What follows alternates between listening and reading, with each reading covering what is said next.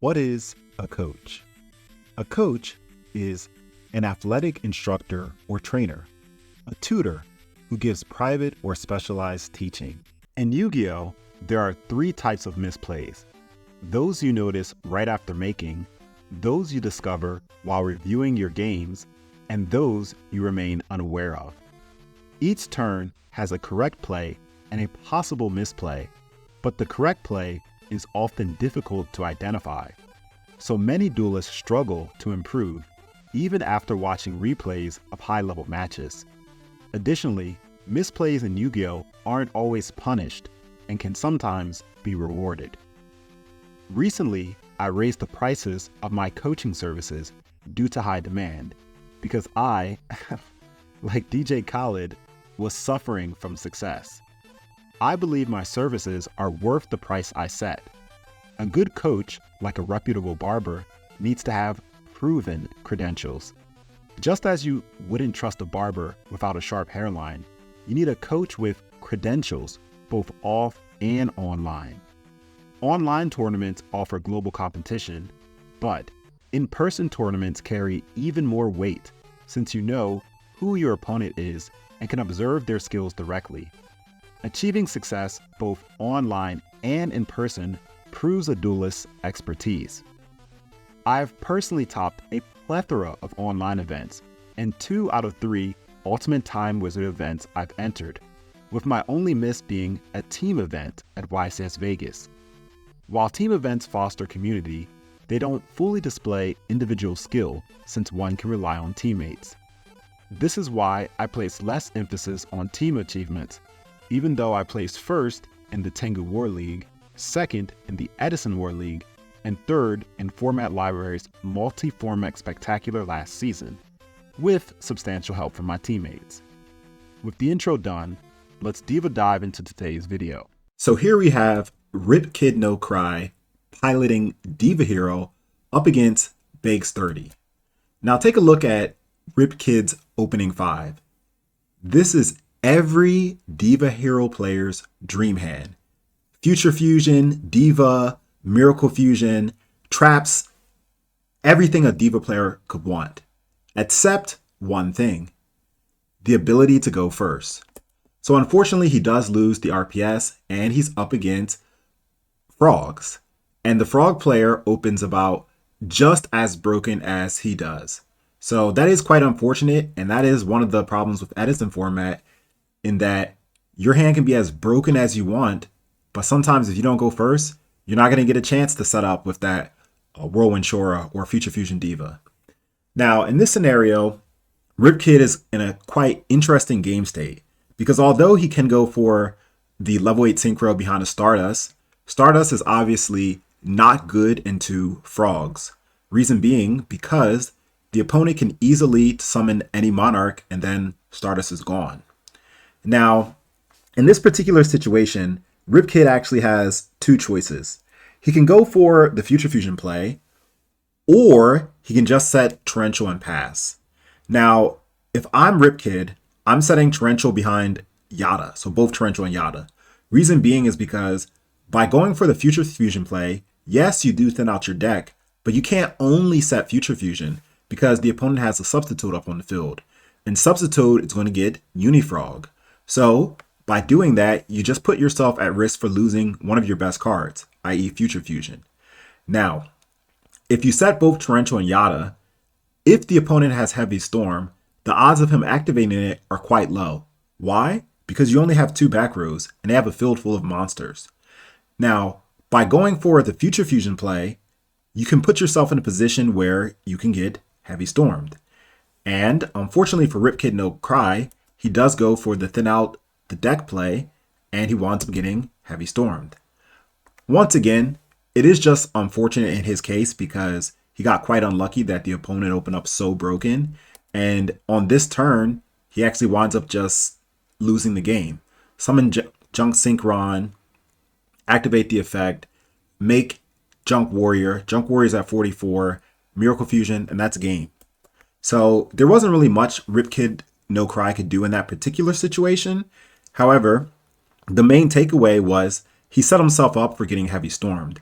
with the hand that he had previously, it was not good to go for any synchro in that scenario because they all would have lost to a Monarch just as easily, and his Torrential would have lost value. So it would have been better to just set Torrential, set Yada, then when the opponent summons a monster, Torrential them for everything that they have. Since you only have 2 back rows set, the odds of them activating Heavy Storm are quite low. Now, let's take a look at this game 2. Now, with this game 2 hand, it's actually quite good because Ripkid opens up first turn Stratos. That's one of the benefits of playing E Emergency Call, is you see Stratos more consistently because now your deck actually has a total of 3 Stratoges. You have 1 from E Emergency Call, 1 from Rhoda, and 1 from the Stratos itself. So you do see Stratos a lot more often. However, I've actually tested the E Emergency Call builds, and my feedback, or what I found out in testing, was it's not worth it. And the reason why it's not worth it is because more times than not, you open up a majority of monster hands. And Diva Hero, its best range of numbers is anywhere between 17 to 19 monsters. And when you add E-Call, if you want it to be consistent, you also have to add Ocean. So by adding E-Call, you add 2 more monsters to the deck, which messes up the consistency of Diva Hero. Now, of course, you should play the deck the way that you feel best, but when you look at what I've accomplished with Diva Hero, it's always been with Gold Sarcophagus. So I recommend that players play the deck that they feel works better for them. However, in testing, Gold Sarcophagus has been more consistent with the deck than E Emergency Call. Not to mention, just because you open up first turn Stratos doesn't mean that you're going to necessarily win the game. Yes, it is the deck's best normal summon, but it's not the deck's best card. So let's say you open up Gold Sark instead of E Emergency Call.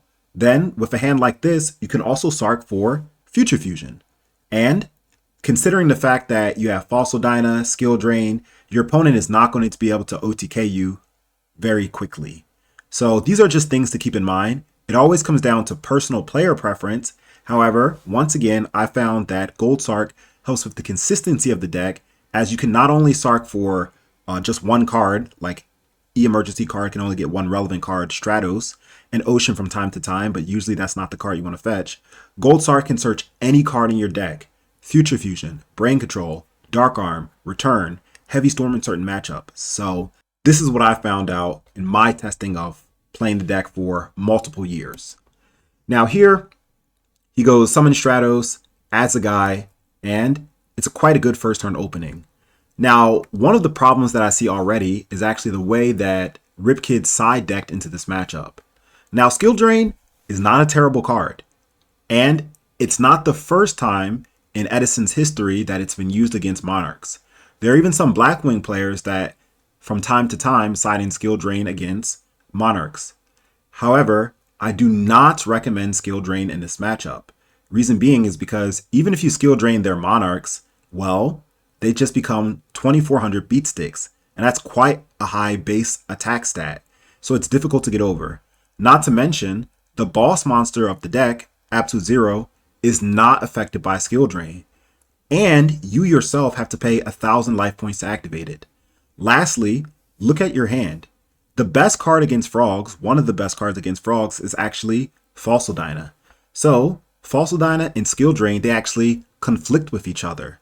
Now, of course, sometimes you can side in cards that conflict with each other in certain matchups. For example, I believe that Mask Restrict and Blackwings are quite good against Frogs, even though Blackwings play Triple Icarus Attack.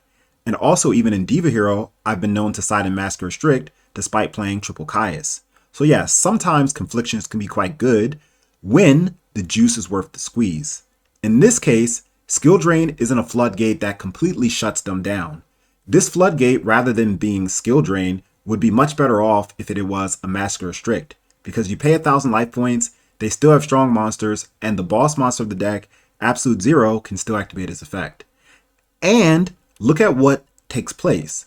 The opponent summons Stratos, and Ripkid doesn't even activate Skill Drain. Now, I just want to be very clear.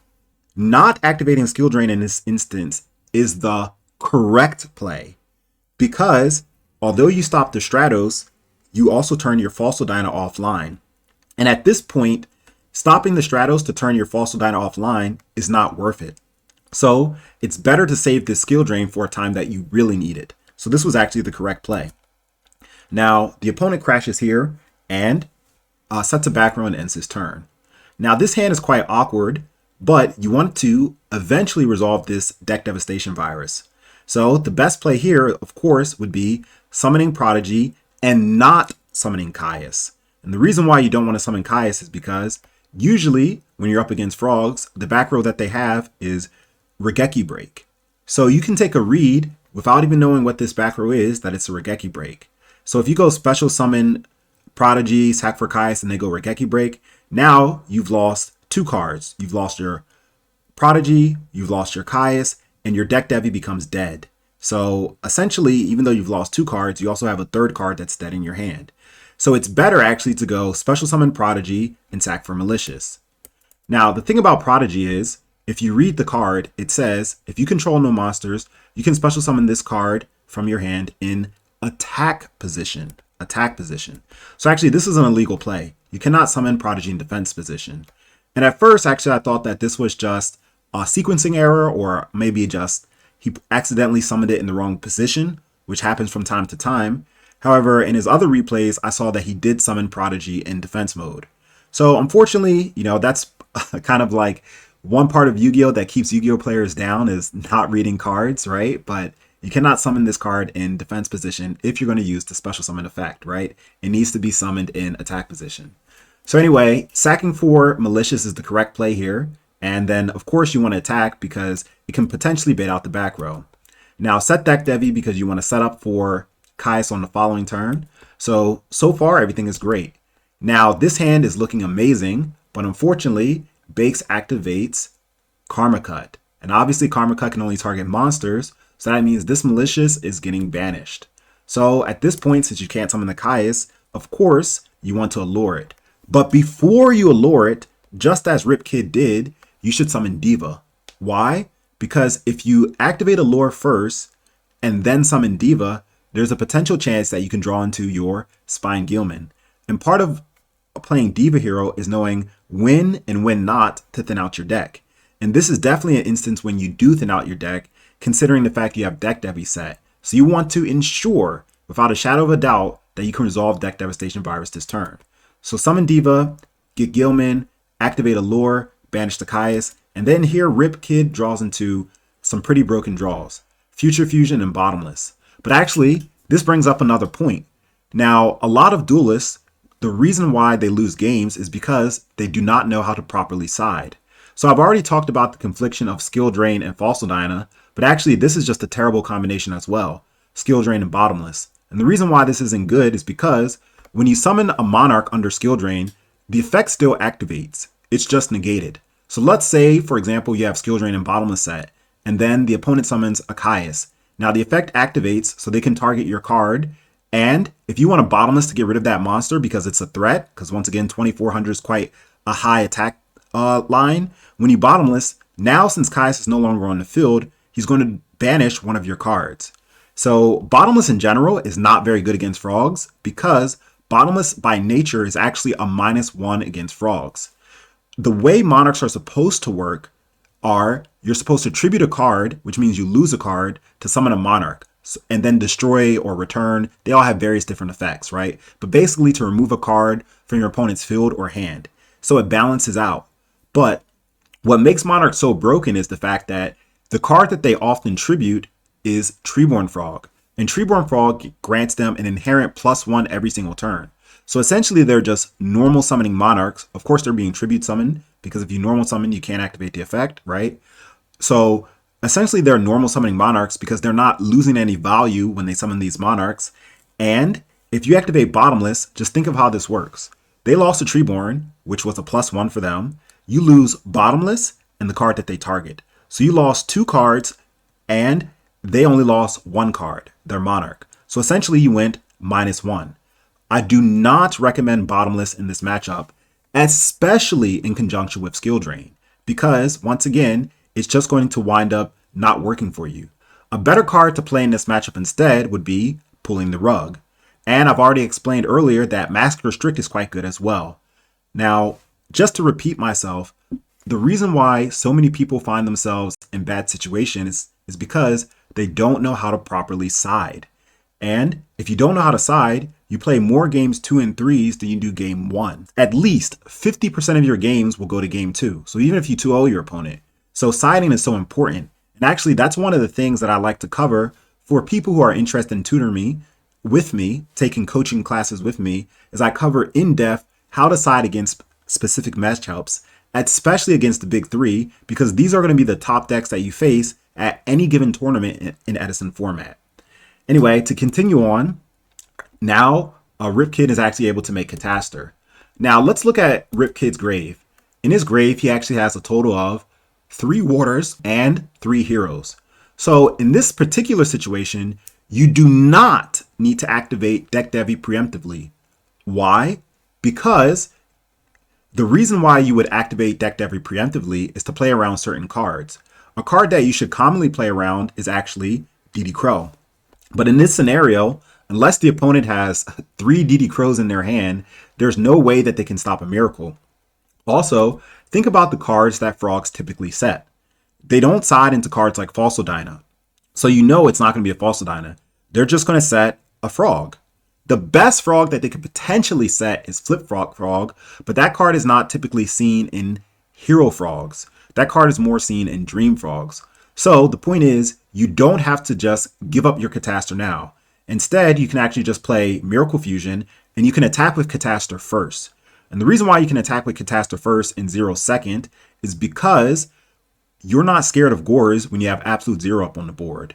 As long as you have Absolute Zero up on the board, Gores isn't a threat, because if Gores destroys the 0, they lose their entire field of monsters. The only way that this can go south is, of course, if your opponent has the one of Brain Control. And also keep in mind that Frog players can have Econ, but that card is seen less commonly in Frog decks these days. But still something to keep in mind. Generally, when you have Absolute Zero on the board, you do not need to worry about playing around Gores. So anyway, this is what should have been done, but unfortunately, the opponent activates Deck Devi preemptively. And now he goes Miracle Fusion here, he attacks for 25. Now, had he did the play that I did, he would still have Catastor up on the board. And the thing that we need to know about Yu-Gi-Oh! Yu-Gi-Oh! Is a domino effect. One different play that you do can make a great difference in the outcome of the game. In some games, even though you won, doesn't mean you won in the most optimal manner. So now, the opponent here, so we can actually see both hands because he's been Deck Devied. We can see that the opponent has Brain Control, Vanities, Junk Synchron, and Miracle Fusion. Now, had he gone for the play that I mentioned earlier, the opponent would Brain Control the Catastor. Why? Because Catastor is an easy out to both Absolute Zero and Catastor himself. Whereas if he just Brain Controls the Absolute Zero, Catastor would destroy it and Rip Kid would still have Catastor up on the board. So because the opponent wants to clear as many cards from the opponent as possible, this Brain Control would be activated on the opponent's Catastor. And at that point, you can chain Deck Devi. So it's just like every minor interaction makes a difference in the outcome of the game. Now, what Bakes does here is quite good. He goes for the Catastor play, and Rip Kid was very smart here by holding on to the skill drain.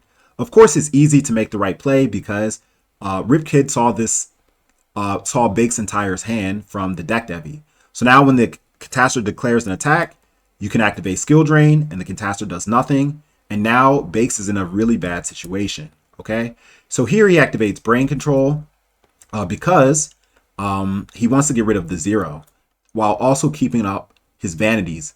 But in my opinion, this was actually perhaps not the most optimal play to do, because all Bakes had to do was activate the Miracle Fusion in his hand. Bakes already has heroes and waters, right? Multiple heroes, multiple waters. So by activating Miracle Fusion, now there's a 0 on both sides of the board, and Bakes doesn't have to burn his Brain Control. So unfortunately, this was like kind of a minor misplay, because now the same result happened, right? And this replay isn't to, criticize Bakes' play. It's not a review for Bakes. However, these are just plays that I've picked up that could have made a difference in the outcome of the game, right?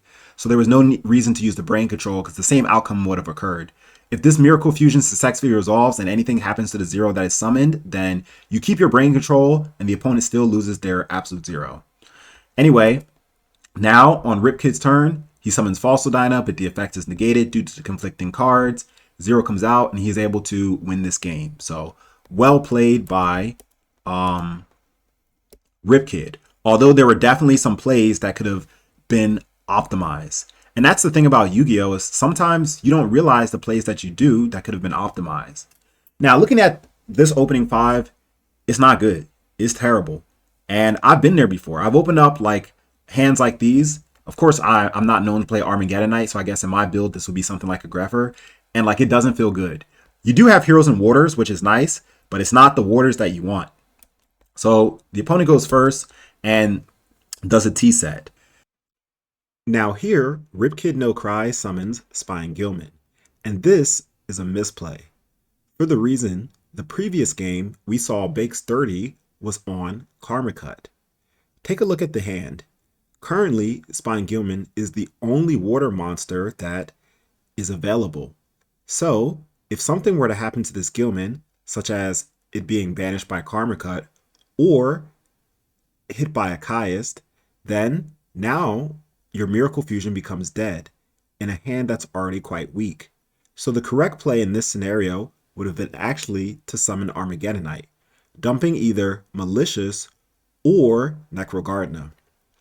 Now, Ripkid No Cry at this point declares an attack on the face-down monster, and we can see that it's Dupe Frog.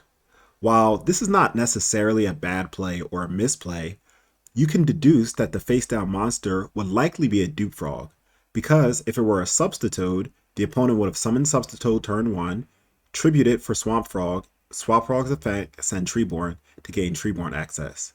Now, there is also the potential chance that the face-down monster could be a Treeborn, hence why I don't think attacking here is bad. But there's an advanced tip that you should know when playing against frogs. You should not commit your back rows unless you absolutely have to. And in this instance, Ripkid No Cry did not have to set his back rows. The reason is because think about the back rows that frogs set. They're usually in response to actions that the opponent takes. For example, let's assume that the back row is a Regeki break, which it has a high chance of being.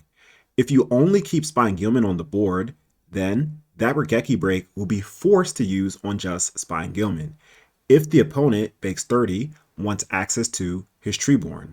Not to mention, let's say that you set a few back rows. The opponent can go activate Regeki break, discarding Treeborn, targeting your back row. Then during their standby phase, they can bring back Treeborn, tribute it for Chiast, and then get rid of another one of your cards. So, by setting your back rows preemptively, you put yourself in a dangerous situation. Of course, this is different if you were to have a back row to stop summons, such as pulling the rug, then in that case, yes, it is worth to set it. But in this case, neither one of these two cards can stop the summon of a Monarch. And actually, if you're faced in a situation where you have to Wing Blast a Monarch, then likely you should not do it. These cards are best saved for outs to boss monsters such as Absolute Zero, or even synchros that the deck can make with Junk Synchron. Now, on the opponent's turn, we can see that he sets a monster and he passes. So this actually indicates that he opened up quite weak.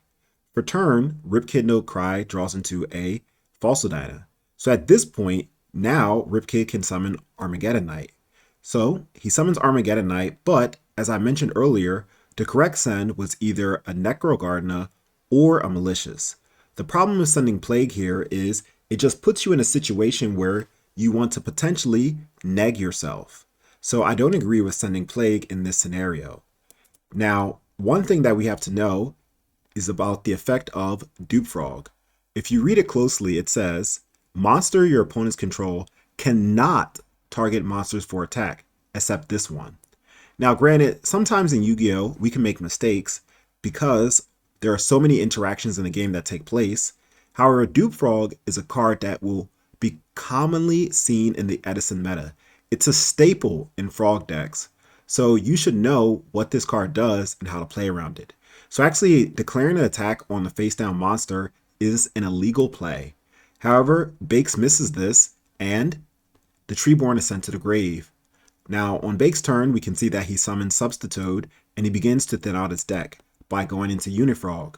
And now Rip Kid No Cry is in an awkward situation. This is once again why I said that setting the back rows preemptively were not a good idea, because he's going to be forced to Mirror Force in this situation, whereas this Mirror Force could have been used for a more prominent threat. So Rip Kid Mirror Forces, and for turn he draws Treeborn. Now Treeborn is quite good and it pairs well with Wing Blast. However, I don't agree with activating Wing Blast at this scenario, especially targeting the back row. Because like I said, when you think about the back rows that Frog players typically set, it's cards like Dust Tornado, Regeki Break, Wing Blast, etc. Games 2 and 3, some decks do side into cards like Mirror Force and Torrential. However, the likelihood of it being Regeki Break, Wing Blast, or another removal card is much higher. So we can see that it was indeed a Regeki Break. Now, although Rip Kid does go minus in this interaction, he is at least able to bring back Treeborn in this situation because he didn't enter the standby phase. And now, Rip Kid does a play that I think is not optimal. So as I mentioned previously, the problem with sending Plague early is it puts you in the mindset of potentially minusing yourself. So right now, Rip Kid is losing a crucial card, Plague Spreader Zombie, just to beat over this Dupe Frog. And although I see the line that he's going for, right, which is making a level 6 and summoning Falsadina, this is not the best board against frogs in this particular game state. Reason being is because you don't have any back rows to protect this Falsadina. Now, let's say that you were able to establish Goyu Guardian and Falsadina behind this Mirror Force and Wing Blast, then yes, I agree that's a really good play. But just Goyu Guardian and Falsadina without any protection is not a good play. Reason being, look at his graveyard.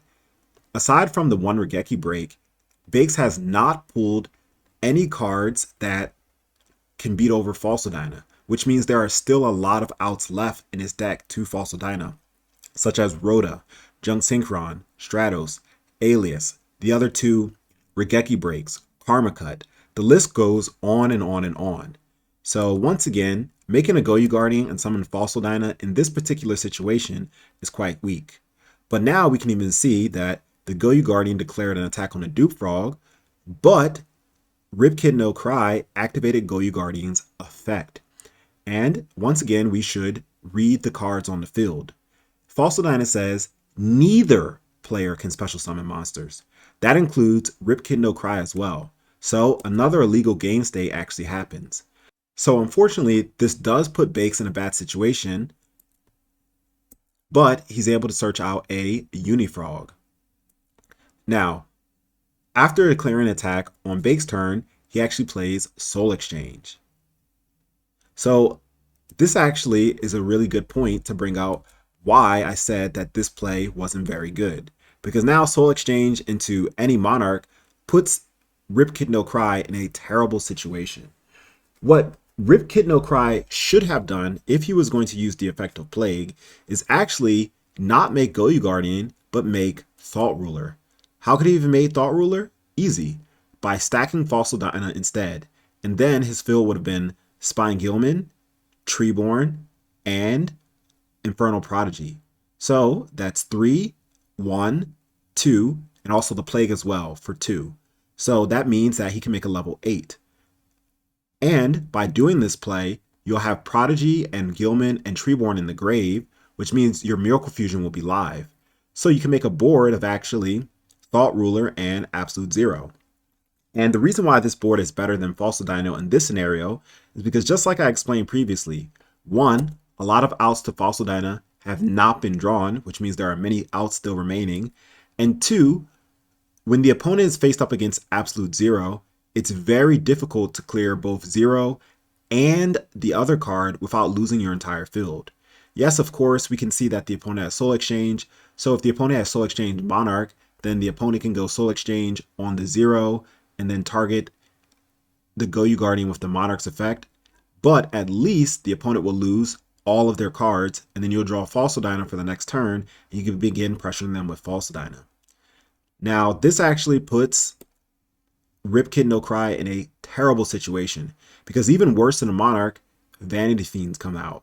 And we know that Rip Kid No Cry just stacked a card to the top of his deck, which means that next turn when he draws, it's not going to do anything to this Vanity Fiend. And me personally, I've been in this situation many times before.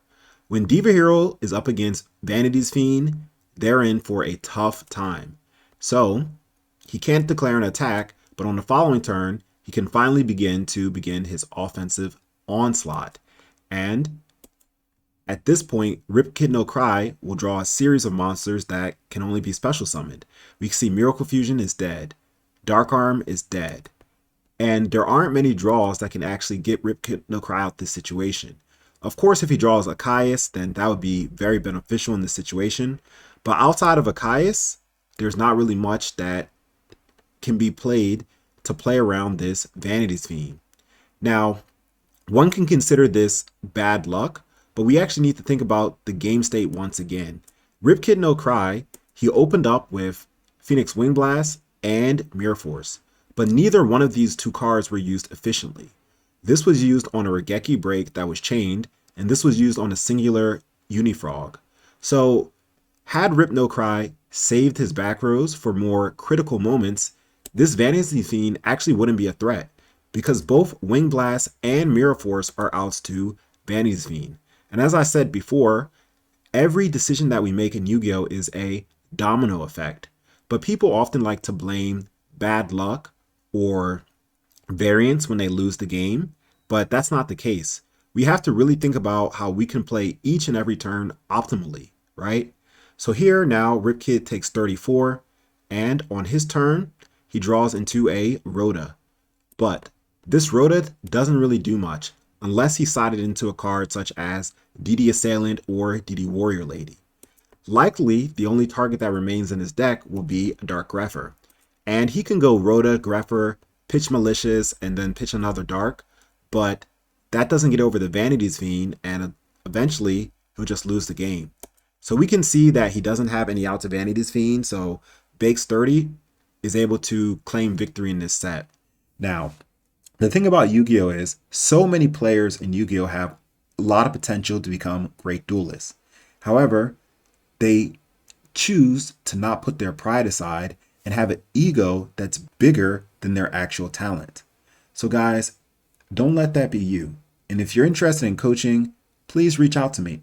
And if not, I'm thankful for just the support you provide to me via YouTube. All right, guys, I've taken up enough of your time for today. With that, ATrueHero out. Peace. Shout outs to all my current and former members of the Absolute Zero tier. You guys are the real MVP. To everyone else, if you're looking for exclusive content, please check out the Patreon. And remember, there's a hero in all of us. Subscribe or you too will be sent to the Shadow Realm.